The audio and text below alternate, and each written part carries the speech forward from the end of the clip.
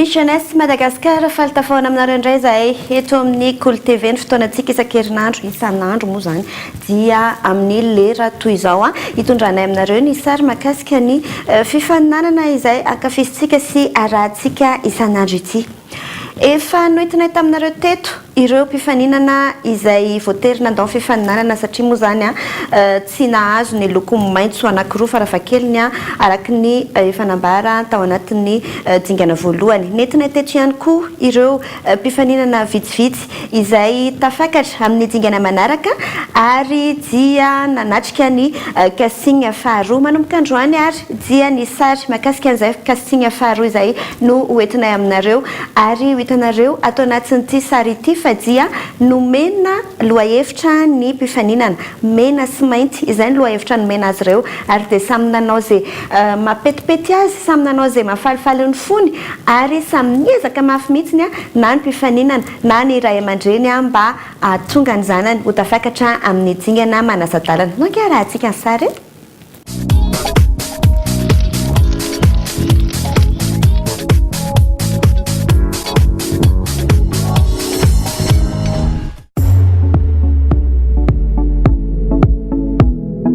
ny famitona teto amin'ny le pavé Antaninarenina indray ny Miss Jeunesse Madagascar niaraka tamin'ireo ray aman-dreny azon'izy ireo natrehana mantsy ity casting faharoa ity. Nomena lohahevitra ny ankizy dia ny loko mena sy mainty zany lokon'ny Miss Jeunesse Madagascar. Nanahoana ny fanomanana? Efa niomana be somary nikoroparopaka kely tamin'ity satria mba tafiakatra. Ny fanomanana aloha somary sarotsarotra kely fotsiny satria misy lasa misy thème ilay izy tamin'ity sady lasa misy public ilay izy dia matahotra be za. Tsy dia hoe nisy fanomanana fa za koa eky zana tamin'ny herinandro dia vao tamin'ny omaly vao mba nanao nianatra nanao défilé kely. Fanomanana ny casting faharoa tsy dia hoe nanomana zavatra be loatra fa natao tsotsotra teny ihany. Le thème aloha le hoe nisy le thème dia tsy maintsy hoe nanaja an'le thème izay zao nisy tany namboarina dia niezaka ny ohatrany hoe le akanjo nanaovana tamin'ny casting niezahana hoe tsy averina intsony zany amin'ity première étape ity. Tsy dia nisy hoe fanomanana be fa natao fotsiny izay mapety. Je ne suis pas beaucoup préparée, mais je ne suis préparée que les 2 derniers choix. J'avoue que je l'ai fait un peu en mode vraiment 2 spies, parce que j'étais pas au courant du thème, mais je me suis un peu débrouillée. Enfin, j'ai appelé ma maman, enfin tout nécessaire quoi. Le nanomanana le izy no ohatrany hoe tsy dia nanomana be fa efa akanjo hafa mihitsy ny azo tao dia nahita an'le thème indray zay vao nitady hafa indray dia teny nitady moramora teny dia efa faraparany mihitsy vao namerina nianatra ny défilé nanamboatra fiteny ohatrohatry izany. Somary sarotsarotra ihany le hamana an'le zavatra tenenina sy le akanjo.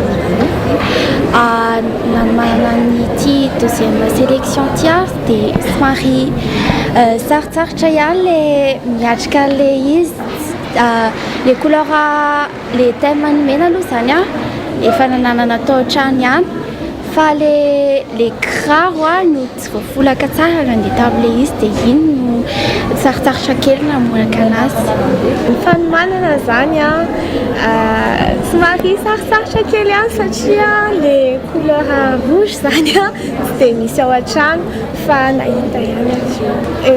Tamin'ny casting voalohany zany dia nampitandrina le jury hoe mila mahitsy tsara rehefa mandeha dia mila migérer stress. Zay zany samy manana ny fomba nentiny nanomana tamin'ity indray mitoraka ity. Efa manomboka miditra lalindalina amin'ny fifaninanana koa mantsy isika. Inona ary no mety tombony anananao entinao miatrika an'ity androany ity?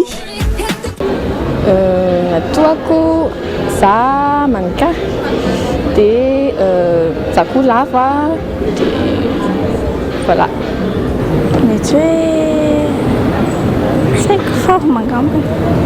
Le maquillage Comme atout, je crois que j'étais déjà dans la matière, dans la photographie.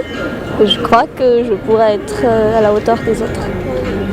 Efa manana ny alavana aloha azo atao mba misimisy ihany a dia mba misimisy bika ihany dia zay angamba ohatran'ny enjakenjana daholo manko le mpifaninana. Bah déjà les cheveux bouclés ça vraiment je pense que ça différencie un peu des filles qui sont là, je trouve personnellement. Après c'est pas contre eux hein, mais j'aurais pu me lisser les cheveux mais je l'ai pas fait. Bah, il faut rester naturel quoi en gros. Ny atoako alafana angamba le mitsiky dia le fomba fidefilena za tia mitsikitsiky be foana dia na stressé ara dia lasa mitsiky foana azy. Souriante eo amin'le resaka démarche ao amin'ny défilé za.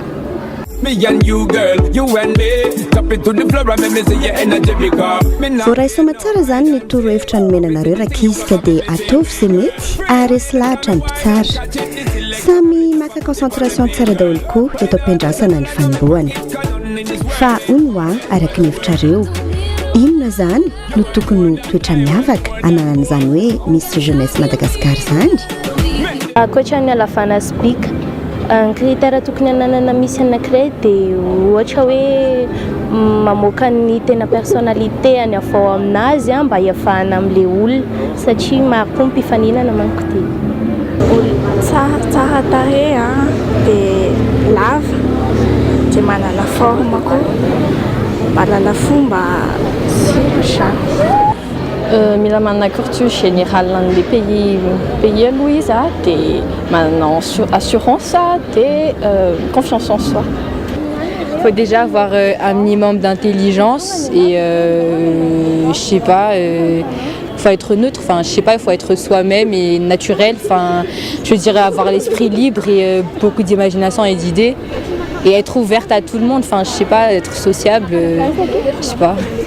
Tsara tarehy manaja tena dia mila sasa.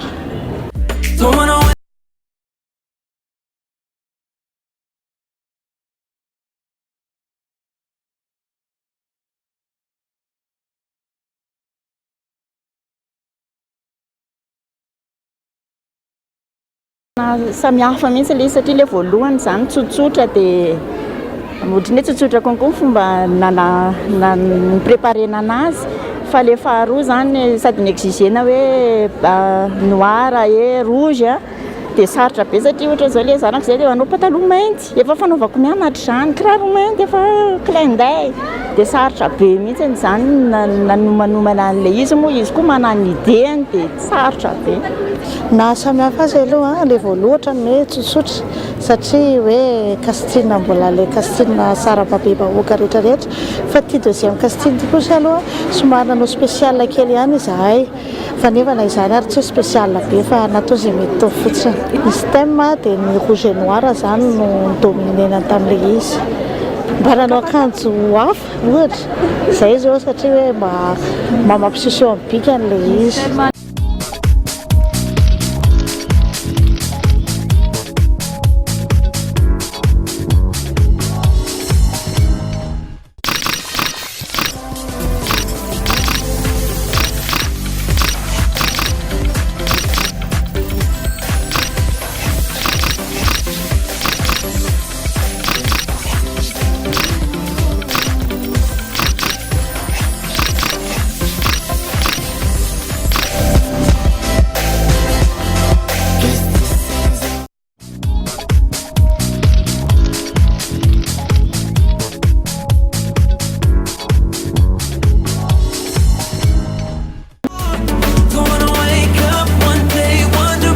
manao ahoana koa sara ny fanatenantsika ray aman-dreny faly fotsiny zany hoe mba hoe tsara zany le zanako matoa tafakatra dia za zany teny anazy foana hoe tovy ambony foana ny moral fa tsy voatery hoe non no ankatra fa raha hoe tafakatra izy dia tena faly be mihitsy Nendrasanay aloha dia mba ohatrany hoe ho lanitra izay no teny endrasana mahafinaritra le moa zany efa namboarina koa saina kilalao io a dia izay sarosarotra kely anazy zany fa le izy moa kilalao dia miencourager ny candidaty rehetra zany za fa tsy hoe ny zanako ihany a dia mampahery an zareo satria kilalao le izy a tsy voatery hoe satria miankina amin'ny jury le izy.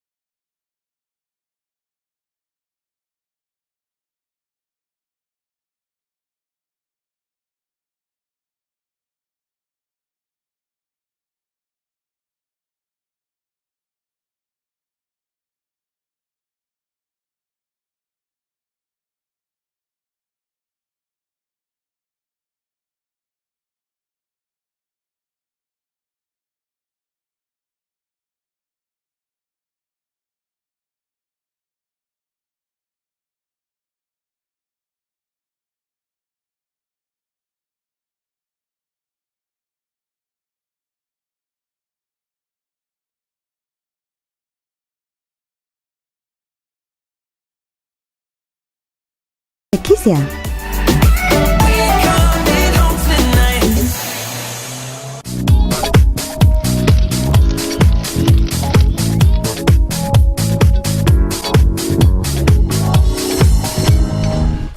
Nafinaritra na dia nijery sary fotsiny aza fa tsy naheno feo ny nijery ny loko mena sy mainty izay lokon'ny Miss Jeunesse Madagasikara andiany voalohany tao anatin'ny dingana nisy lohahevitra iny ary mbola ho maromaro ny lohahevitra izay hoentindreo ankizy ireo ao anatin'ny dingana manasadalana izay ho avy atsoatsy ambarana eto ny daty sy ny toerana anaovana an'izay satria dia azony rehetra atrehana io dingana manaraka io izany hoe amin'ny alalan'ny fifidianana tapakila moa zany mazava ho azy dia na ny ray aman-dreny na ny namana ny havana sy ny manodidina rehetra na ny olon-tsotra koa azy dia afaka manatrika an'izay dingana manasadalana izay raha pitsindray ny fotoanantsika ary fa dia mametraka ny mandra-piona aminareo.